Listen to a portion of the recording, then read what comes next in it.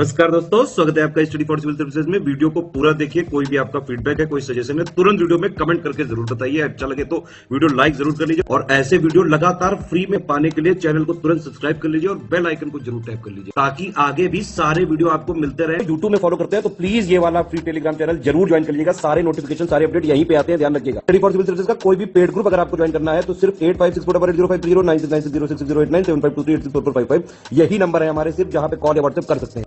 Instagram पे हमारा page जरूर फॉलो कर लीजिएगा, study for civil dot services है। ट्विटर पे हमको जरूर फॉलो कर लीजिएगा, @स्टडी फॉर सिविल्स है। Hello everyone, welcome you all to study for civil services. आज की हमारी डेट है 17 मई और अभी थोड़ा सा मेरा गला खराब है, तो आई होप आप लोग थोड़ा सा कोशिश कीजिएगा समझने की। वैसे मैं पूरी पूरी अपनी कोशिश करूंगी कि कहीं पर भी आवाज अटके नहीं। चलिए हम लोग स्टार्ट करते हैं हमारे आर्टिकल्स को। आर्टिकल्स में सबसे पहला हमारा आर्टिकल है सीबीआई के जो डायरेक्टर हैं। अगला, अभी एससीओ की एग्रीकल्चर की मीटिंग हुई। आप सभी लोग जानते हैं एससीओ के बारे में, बस थोड़ा सा इसके बारे में और चीजें पढ़ ली। फिर है एनपीसीआई, फिर है माइटोकॉन्ड्रिया का रिप्लेसमेंट थेरेपी, फिर है फ्लो बैटरी टेक्नोलॉजी और सुपर कंप्यूटर्स। तो देखिए, फर्स्ट यहाँ पे ये कह रहा है कि जो सीबीआई है, यहाँ पर कर्नाटका के एक डीजीपी है प्रवीण सूद, उनको यहाँ पर अभी नई अपॉइंटमेंट दी गई। मैं ये नहीं कह रही हूँ कि क्वेश्चन इससे डायरेक्टली बन जाएगा। मेरा ये मतलब है भाई कि आपको थोड़ा सीबीआई के बारे में पता होना चाहिए। इससे ये आपसे कोई नहीं पूछेगा कि सीबीआई के नया डायरेक्टर किसको बनाया गया। ठीक है, क्वेश्चन आएगा कि सीबीआई के डायरेक्टर को अपॉइंट कैसे करते। अगर आप में से जितने भी स्टूडेंट्स हैं वो यूपीएससी या यूपीपीसीएस की तैयारी कर रही हैं, ये सारी वीडियोस सभी के लिए है। यूपीएससी एग्जाम के लिए भी है और यूपीपीसीएस, बीपीएससी, एमपीपीसीएस, एचसीएस, ठीक है, सभी एग्जाम के लिए है। तो सीबीआई के जो डायरेक्टर है उनको सबसे पहले तो सीबीआई को पावर कहाँ से मिलती है। देखिए, सीबीआई की जो एस्टैब्लिशमेंट हुई थी वो Delhi police special establishment act, Delhi विशेष पुलिस प्रतिष्ठान अधिनियम के तहत 1946 में हुई। और अब यहाँ पर लोकपाल, लोकायुक्त, इन सबके कहने पर जो है अपॉइंट किया जाता है। 3 मेंबर्स की कमेटी होती है जिसमें प्राइम मिनिस्टर सबसे हेड पे होते हैं, सीजीआई होते हैं और साथ में लीडर ऑफ ऑपोजिशन, जो विपक्ष के नेता है लोकसभा में, उन वो तीनों मिल करके एक पूरी जो है डिसाइड करते हैं कि किसको यहाँ पर डायरेक्टर बनाया जाएगा। अब आप इसमें सोचेंगे कि प्राइम मिनिस्टर तो ठीक है और सीजीआई भी ठीक है, पर ये लीडर ऑफ ऑपोजिशन लोकसभा में कौन से है। तो देखिए, लीडर ऑफ ऑपोजिशन का होना बहुत जरूरी है ताकि कोई भी जो रूलिंग पार्टी है, सत्ता में पार्टी है, वो अपनी मनमानी ना कर सके, उसके लिए बेहद जरूरी। ठीक है, और अगर मान लीजिए कभी कोई होता है कि कोई लीडर ऑफ ऑपोजिशन है ही नहीं, जैसे आज के समय में, तो क्या कर देते हैं, यहाँ पर जो लीडर होता है सिंगल पार्टी का, जैसे अभी वहां पर अधीर रंजन चौधरी, उनको बना दिया जाएगा। ठीक है, सुप्रीम कोर्ट के डायरेक्शंस के हिसाब से भी कुछ इसी प्रकार से सीबीआई के ऊपर बनाया गया था कि जो यहाँ पर न्यायालय ने ये बोला था कि जो भी यहाँ पर सीबीआई के डायरेक्टर बनाए जाएंगे वो कम से कम 2 साल का कार्य पूरा करेंगे और इनकी जो नियुक्ति होगी वो, मतलब अगर मान लो इनको कभी ट्रांसफर भी करना है तो जो नियुक्ति समिति थी ना, अपॉइंटमेंट्स कमेटी, उसके कहने पे किया जाए। तो सीबीआई जो है हमारी वो एक बहुत बड़ी इन्वेस्टिगेशन एजेंसी है। जैसे पूरे वर्ल्ड में इंटरपोल काम करता है, इंडिया में सीबीआई काम करता है। 1963 में इसको पावर, इसको 1946 वाले एक्ट से मिलती है, पर बनाए ये 1963 में गए हैं संथानम कमेटी के कहने पर। ये कोई स्टैट्यूटरी बॉडी नहीं है, इसके लिए अलग से एक्ट बनाया गया, पार्लियामेंट ने पास नहीं करा है। और ये कौन से मिनिस्ट्री के अंडर काम करती है, personnel public grievances and pension, कार्मिक लोक शिकायत और पेंशन मंत्रालय। और ये बता दूं मैं आपको कि ये जो मंत्रालय है, मिनिस्ट्री है, इसके चेयरमैन हमारे प्राइम मिनिस्टर होते हैं। और एक और बात भी मैं आपको बता दूं जो मुझे ऐसा लगता है कि हमारे बहुत से स्टूडेंट्स को नहीं पता होगी, तो आप ये सुनिए कि जो हम यूपीएससी कहते रहते हैं, यूपीएससी का एग्जाम, यूपीएससी बहुत डिफिकल्ट है, ये वो पता नहीं क्या क्या बातें हम लोग यूपीएससी के बारे में कहते हैं, हम सभी लोग कहते हैं। तो यूपीएससी आखिरकार आती कौन से मंत्रालय के अंदर। तो देखिए, यूपीएससी कार्मिक लोक शिकायत और पेंशन मंत्रालय के अंतर्गत आती है। ठीक है, तो इनका काम होता है पूरा कि भ्रष्टाचार वगैरह को देखना है, और ये सारा करप्शन, चाहे वो पब्लिक सेक्टर में है, पीएसयू के सेक्टर में है, क्राइम हो रहा है, कहीं कोई हाईजैक हो गया, टेररिज्म के ऊपर हो गया, ये सारे काम यहाँ पे देखती है। ठीक है। अब इससे जुड़े हुए कुछ चैलेंजेस भी हैं, जैसे कि ये पूरा काम सारा देखती है, हर चीज के बारे में चेक करती है। ठीक है, लेकिन कुछ जगह पे इनकी जो क्षेत्र है उसको क्या कर दिया गया है, सीमित कर दिया गया है। ठीक है।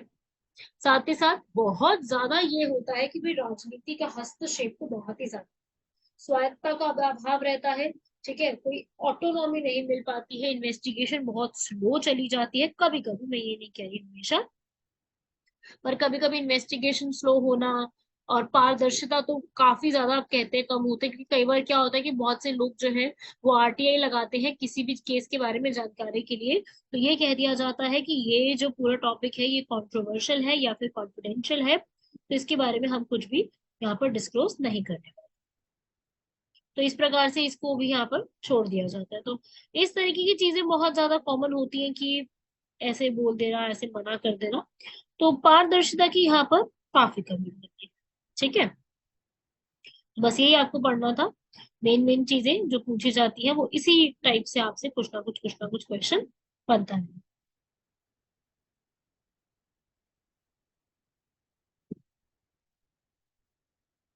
बाकी करप्शन खुद एजेंसी में बहुत ज्यादा है, रिसोर्सेस सारे नहीं दिए गए, एक्सपर्टीज यहाँ पर जो भी बहुत ही कॉम्प्लेक्स केसेस आ जाते हैं तो उसको सॉल्व करने के लिए नहीं है। बाकी देखो आगे आने वाले समय में यही एक बहुत बड़ी चीज है कि आप इसको एक खुली आजादी, ठीक है, अपना खुद का लॉ बनाए, अपना खुद का चार्टर बनाए, और इनको जैसे सेकंड एआरसी जो कमीशन होती है, एआरसी क्या होता है, एडमिनिस्ट्रेटिव रिफॉर्म कमीशन, उसने भी इसके बारे में बताया था, अकाउंटेबिलिटी को बढ़ाओ, ज्यूरिस्डिक्शन को बढ़ाओ, तो ये सारी चीजों की जरूरत है कि इन सबको बढ़ाओ, कोऑर्डिनेशन बढ़ाओ, ताकि क्या किया जा सके, एक बेटर बॉडी निकल के आ सके। आज के समय में भी बेटर बॉडी है, पर इसमें आज में भी कुछ कमियां हैं, तो वो कमियों को ठीक करने के लिए हमें क्या जरूरत पड़ती है, इन चीजों को सुधारने की काफी ज्यादा जरूरत पड़ सकती है। ठीक है। ऐसे ही एससीओ की अब 8th मीटिंग हुई है। एससीओ आप जानते हैं कि इस बार का मीटिंग जो है वो इंडिया होस्ट कर रहा है, तो अभी यहाँ पर एग्रीकल्चर के मिनिस्टर्स सारे मिले हैं वीडियो कॉन्फ्रेंसिंग के थ्रू, जहाँ पे इंडिया ने क्या बोला है, इंडिया ने ये बताया है, देखेंगे सब लोग, कि हमें कृषि भी करनी है ना, वो स्मार्ट करनी है। अब हम काफी चीजों में स्मार्ट के ऊपर मूव कर रहे हैं, एक दूसरे की कभी भी मान लीजिए जो एससीओ के नेशंस हैं आपस में मेंबर कंट्रीज, उनमें कभी खाद्य और और पोषण सुरक्षा चाहिए होती है, तो उसके लिए यहाँ पर सहयोग करना होगा।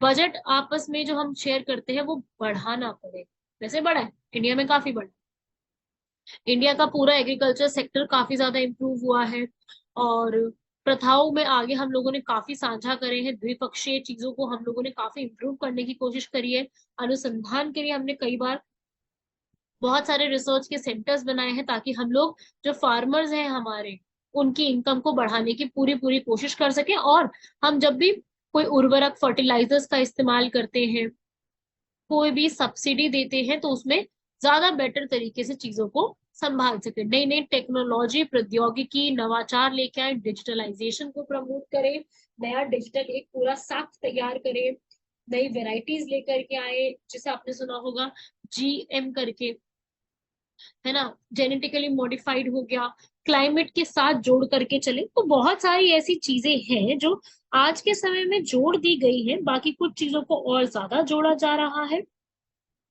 और इसी के तहत सारी चीजों का एक नया प्रारूप तैयार किया जाएगा, जो कि बहुत अच्छी, बहुत आगे बढ़ने वाली पहल है।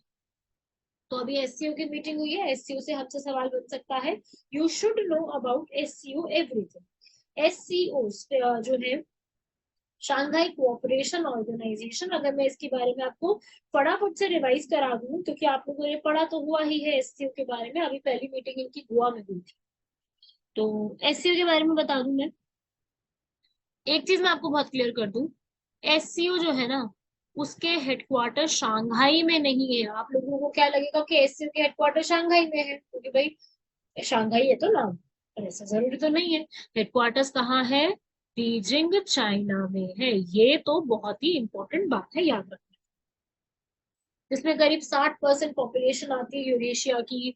जीडीपी का काफी बड़ा हिस्सा है, 2001 में बना था।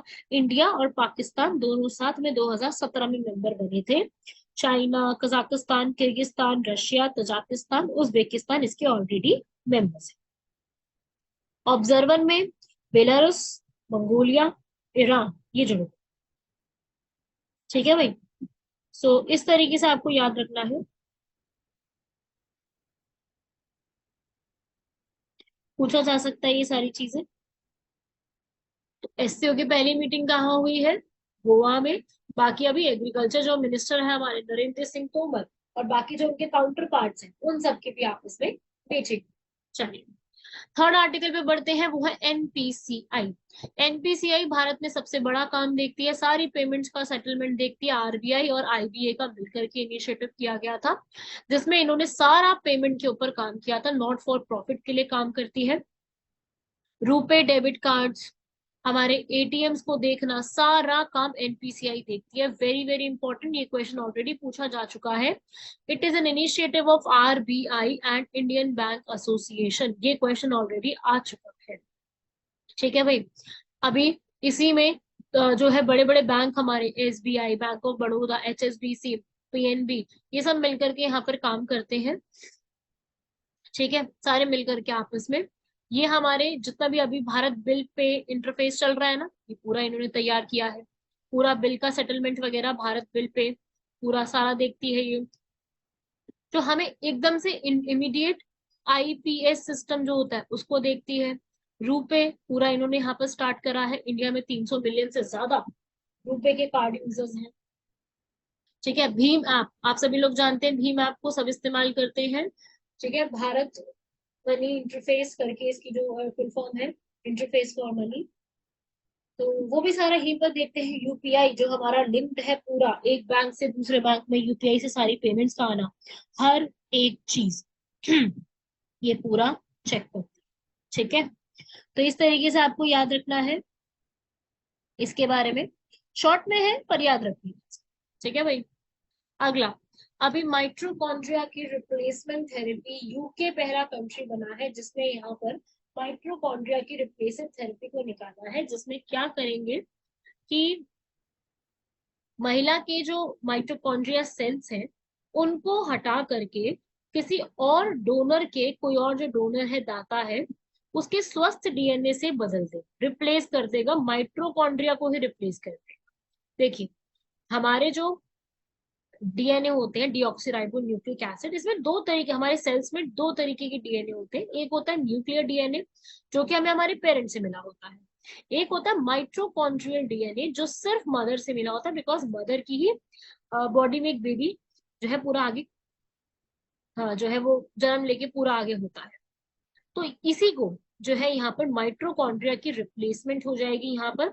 ये इस तरीके से होता है जैसे कई बार होता है ना कि एक महिला है, उसको कोई प्रॉब्लम चलती आ रही, जेनेटिकली प्रॉब्लम, जेनेटिकली समझते हो, वंशानुगत करके एक प्रॉब्लम है, तो उस चीज को बचाने के लिए, ठीक है, जेनेटिक डिजीज को बचाने के लिए यहाँ पर जो है वो एक बचाने के लिए यहाँ पे किया जाता है। ठीक है ना, मतलब एक बच्चे को हेल्प की जाती है। ठीक है भाई। तो इसी तरीके से जेनेटिक डिसीजेस को बचाने के लिए ये माइटोकॉन्ड्रिया को एक अच्छे डोनर से रिप्लेस कर दिया जाए। ठीक है, तो इसमें होगा क्या, इसमें जो एक एग होगा, डोनर के एग का उपयोग किया जाएगा जिसमें म्यूटेशंस नहीं होते हैं। तो वो जो उस एग का न्यूक्लियस होगा वो हटा करके दूसरे न्यूक्लियस जिसका माइटोकॉन्ड्रिया डीएनए जिस वुमेन का ले रहे हैं वो वहां पे इम्प्लेस कर दिया जाएगा। और फिर वो जाकर के आगे फर्टिलाइजेशन, वो एग जो है आगे फर्टिलाइज होगा फादर के साथ, और फिर आगे की एम्ब्रियो डेवलप होगा, एम्ब्रियो डेवलप होकर के आगे पूरा होगा, और इसमें जो है वो, और आईवीएफ अगर होता भी है, इन विट्रो फर्टिलाइजेशन, तो उसमें क्या होता है, माइटोकॉन्ड्रिया का कोई भी डिजीज उस बेबी को नहीं। ठीक है, आईवीएफ टेक्निक सबने सुना होगा, इन विट्रो फर्टिलाइजेशन, जिसके अंदर ह्यूमन बॉडी के बाहर स्पर्म और एग को फर्टिलाइज किया जाता है और फिर वहां पर जो फीमेल है उसमें प्लांट कर दिया जाता है और आगे चल के फिर वो जो प्रेगनेंसी है वो आगे कैरी ऑन की जा सकती है। राइट, माइटोकॉन्ड्रिया पावर हाउस कहते हैं। माइटोकॉन्ड्रिया ये आपके सेल्स में एक पावर जनरेट करते हैं, सारी की सारी केमिकल पावर्स जो हमें चाहिए होती है वो इसी के थ्रू होती है। इसे power house of the cell भी कहते हैं। और इसी के अंदर एटीपी एडिनोसाइन ट्राइफॉस्फेट होता है, जो कि एक तरीके का एनर्जी करेंसी सेल होते हैं। और ये माइटोकॉन्ड्रिया के जो डीएनए होते हैं वो एक मदर, अपनी एक मदर से ही सिर्फ मिल सकते हैं। ठीक है, ये देखो यहाँ पर क्या किया जाएगा, ये पेरेंट्स के एम्ब्रियोज है और ये न्यूक्लियस है। अब कोई ऐसा माइटोकॉन्ड्रिया है जो अनहेल्दी है, ठीक है, तो यहाँ पे क्या किया जाएगा, यहाँ पर वो एक्सचेंज कर दिया जाएगा। कोई डोनर है, मान लीजिए एम्ब्रियो जो डोनेट करना चाह रही, जो हेल्दी है, यहाँ पर उनके यहाँ पर न्यूक्लियस को हटा करके, उसमें से जो न्यूक्लियस है माइटोकॉन्ड्रिया में, उसको हटा करके रिप्लेस कर दिया जाएगा। ठीक है भाई, चलिए अगला बढ़ते हैं फिफ्थ आर्टिकल की तरफ, वो है flow battery technology. IIT Madras ने अभी यहाँ पर इस टेक्निक को डेवलप किया है। क्या मतलब है फ्लो बैटरी का, ये एक तरीके की ऐसी बैटरी होगी जो रिचार्जेबल होगी और इसके अंदर काफी ज्यादा टैंक होंगे। मतलब कि एक बैटरी में अलग अलग टैंकों में दो तरीके के इलेक्ट्रोलाइट्स होंगे और वो वहां पे एनर्जी जनरेट करेंगे। जब भी हम इसमें से चार्ज करेंगे इसको, तो ये यहाँ पर इलेक्ट्रॉन जनरेट करेगी और ये पोटेंशियल डिफरेंस लेकर के आएगी। ठीक है, इसमें वैनेडियम को अलग से इलेक्ट्रोलाइट यूज किया जाएगा, बाकी जिंक और ब्रोमीन का यूज किया जाएगा। इससे फायदा क्या होगा अपने को, ये बैटरी बहुत ज्यादा लंबे समय तक चलेगी, 25 से 30 साल तक ये परफॉर्मेंस दिखाएगी, डिग्रेड नहीं होगी। और इसमें कम अमाउंट में लगा करके भी आप बहुत ही ज्यादा मॉड्यूलर इसको आगे बढ़ा सकते हो। एनर्जी जो होगी वो काफी अच्छे तरीके से फ्लो होगी, कॉस्ट भी इसकी बहुत कम होगी, बहुत बड़े बड़े जगह पे यूज किया जाएगा। इसका जो एक होता है ना कि बैटरी डिस्चार्ज होगी, बैटरी डिस्चार्ज भी बहुत कम होगी और सेफ्टी भी इसकी बहुत अच्छी होगी, बहुत ही ज्यादा रॉबस्ट होगी, मजबूत होगी। तो ये इसके कुछ इंपॉर्टेंट प्रोज हैं। और इलेक्ट्रोलाइट जो भी यहाँ पे यूज किए जाएंगे, उसमें अगर कभी कोई इलेक्ट्रोलाइट हीट भी हो जाता है तो वो अपने आप ही कूल डाउन हो जाएगा। तो ये इसका एक और बेनिफिट है, वो अपने आप ही कूल डाउन भी हो जाएगा, इलेक्ट्रोलाइट्स वापस से रिसाइकिल होने शुरू हो जाएगी। लेकिन प्रॉब्लम क्या आती है, जो इसमें इलेक्ट्रोलाइट यूज कर रहे हैं वानेडियम, उसकी कॉस्ट बहुत ज्यादा है। ठीक है, उसका क्रॉस ओवर ज्यादा है, तो थोड़ा सा ये प्रॉब्लम है। ये आप देख सकते हैं कि यहाँ पर एक इलेक्ट्रोलाइट होगा, ये दूसरा इलेक्ट्रोलाइट होगा, इससे बहुत इजीली कैटायन एंड आयन के थ्रू यहाँ पर आराम से इसको जो है चार्ज कर लिया जाएगा। ठीक है भाई, तो अलग से इस चीज को भी आपने छोटे से फॉर्म में पढ़ लेना।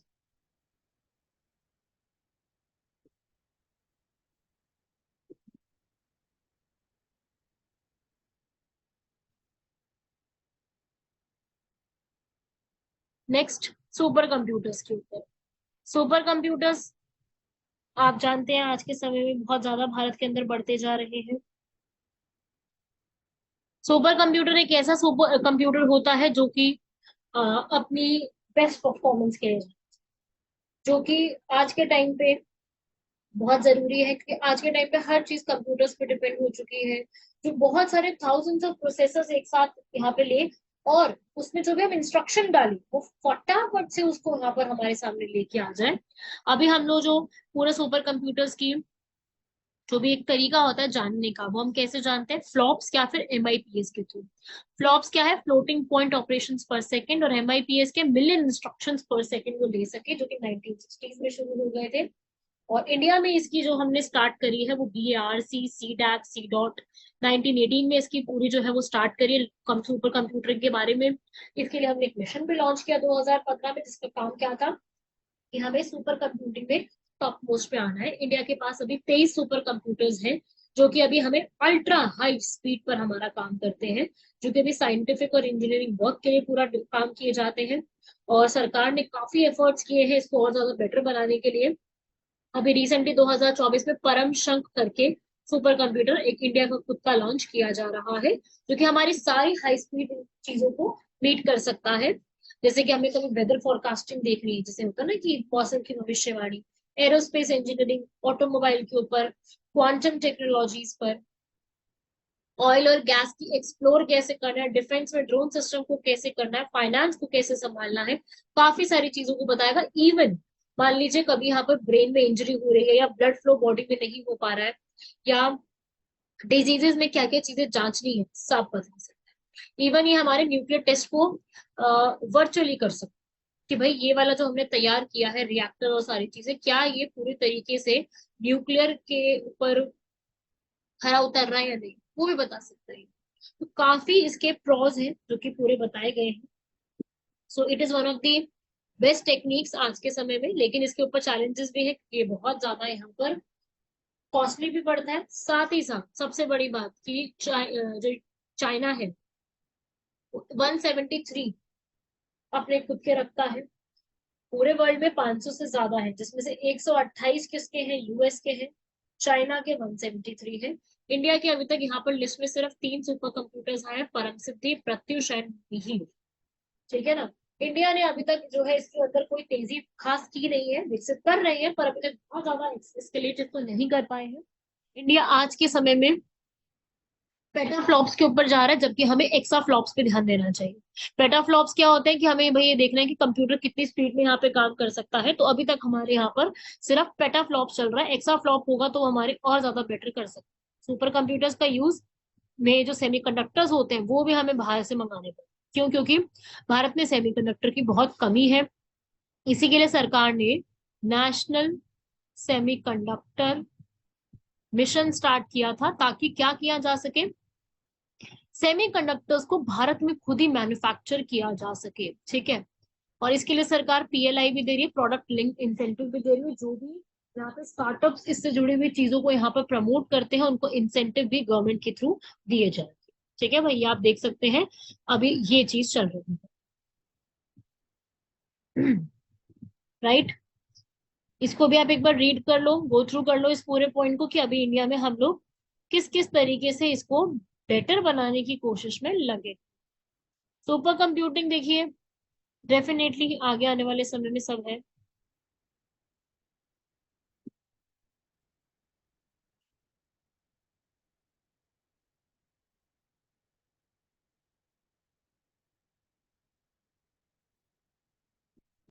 चलिए आगे बढ़ते हैं आज के हमारे क्वेश्चंस की तरफ। आज का हमारा फर्स्ट क्वेश्चन है पॉजिटिव इंडिजनाइजेशन लिस्ट। बहुत इंपॉर्टेंट है, ये हमेशा से ना लिस्ट जारी की जाती है। क्यों? क्योंकि अभी डिफेंस एक्सपो 2023 हुआ है, इसीलिए ये पूरा टॉपिक न्यूज में है, इसीलिए यहाँ से क्वेश्चन जो है वो मैंने आपसे पूछा है। क्योंकि फिलहाल अभी के लिए क्या है, डिफेंस एक्सपो 2023 का प्रोग्राम यहाँ पर 18 अक्टूबर से 22 अक्टूबर तक पूरा किया जाएगा। ठीक है। आगे होगा कहाँ? गांधीनगर में। गांधीनगर में किया जाएगा, जिसमें सितंबर या अक्टूबर के महीने में होता है। ठीक है। इसकी थीम जो है वो भी आगे ऑर्गेनाइज की जाएगी। 2023 आपको पता है कि चल ही रहा है, तो 2023 में ये गांधीनगर में होता है। तो गांधीनगर में ही यहाँ पर एक लिस्ट निकाली जाती है, जिसमें ये बताया जाता है कि भाई ये लिस्ट होगी, ये सिर्फ और सिर्फ हमारे घरेलू निर्माताओं से ही डिफेंस में बनाने वाली चीजों को लेना होता है, जो कि हमारे डिफेंस पब्लिक सेक्टर की अंडरटेकिंग्स होती है, डीपीएसयू। सिर्फ और सिर्फ आप उनसे बाय कर सकते हो, ओनली। उसे कहते हैं इंडिजिनाइजेशन लिस्ट, जो कि आप यहाँ पर अब चौथी लॉन्च कर दी गई थी। अब कौन से नंबर की लॉन्च की जा रही है? 5th नंबर की डिफेंस एक्सपो में लॉन्च की जा रही है। ये वाला पूरा आर्टिकल मैं अपने वीकली करंट अफेयर्स में भी कवर करूंगी। मैं आप लोगों को चाहती हूँ कि आप सभी लोग वीकली करंट अफेयर्स को जरूर फॉलो अप करें। मई मंथ से आने शुरू हो गए हैं, पहले भी आते थे पर वो एग्जाम के चलते हम लोगों ने स्टॉप करा। अब वापस से सारे वीकली करंट अफेयर शुरू हो गए हैं। आप अपनी करंट अफेयर्स की पूरी तैयारी को बहुत बेस्ट बनाना चाहते हो, तो यही मैं आपको बोलूंगी कि सभी लोग इस पूरे के पूरे करंट अफेयर्स के सेशन को कंप्लीट करें। बहुत ज्यादा जरूरी है। आप अपने करंट अफेयर्स पढ़ोगे, बहुत फायदा मिलेगा इस पूरी चीज से। सो इट्स वेरी इंपॉर्टेंट कि आप इस पूरी को कंप्लीट करेंगे। Everyone getting my point? ये आपको करना बहुत जरूरी है, बिकॉज जरूरी है कि आप पूरे पूरे एक्सप्लेन यहाँ पे करते जाओ। ठीक है ना। चलिए आगे बढ़ते हैं। आई होप आवाज में कोई दिक्कत नहीं आ रही होगी, क्योंकि बस थोड़ा सा ना दिक्कत हो जाती है। ये पुरानी लिस्ट है, ठीक है, कि हम ये एक्सपोर्ट बाहर से नहीं कराएंगे, अपने ही एरिया से करेंगे। अगला आता है RRB के ऊपर। RRB रीजनल रूरल बैंक, ये जो है एग्रीकल्चर के लेबर्स, रूरल एरिया, सारी चीजों के लिए देखते हैं। आरबीआई और नाबार्ड मिलकर के इसको पूरा एस्टैब्लिश किए हैं, जिसमें जितने भी हमारे छोटे किसान हैं, एग्रीकल्चर के लेबर्स हैं, आर्टिस्ट हैं रूरल एरियाज में, इन सबको क्या प्रोवाइड करेंगे, क्रेडिट और अदर फैसिलिटीज देंगे, जिसके अंदर यहाँ पर गवर्नमेंट ऑफ इंडिया का 50% होता है, 35% स्टेट गवर्नमेंट देती है, और जो भी इसको स्पॉन्सर कर रहा है बैंक, 15% वो देता है। तो सारी स्टेटमेंट सही लिखी हुई है, answer none of the above, क्योंकि क्वेश्चन में हमसे इनकरेक्ट ऑप्शन पूछ रहा है। क्लियर हुआ, सारी स्टेटमेंट ठीक लिखी हुई है। तो ये आरआरबी नबार्ड ये है, इसकी वैकेंसीज भी खूब निकलती है, नबार्ड की वैकेंसीज, और सैलरी भी बहुत अच्छी ऑफर करते हैं लोग, क्योंकि बहुत रिमोट एरियाज में भेजते हैं, सो दे ऑफर गुड सैलरीज। ठीक है, तो इस तरीके से आपसे पूछा जा सकता है।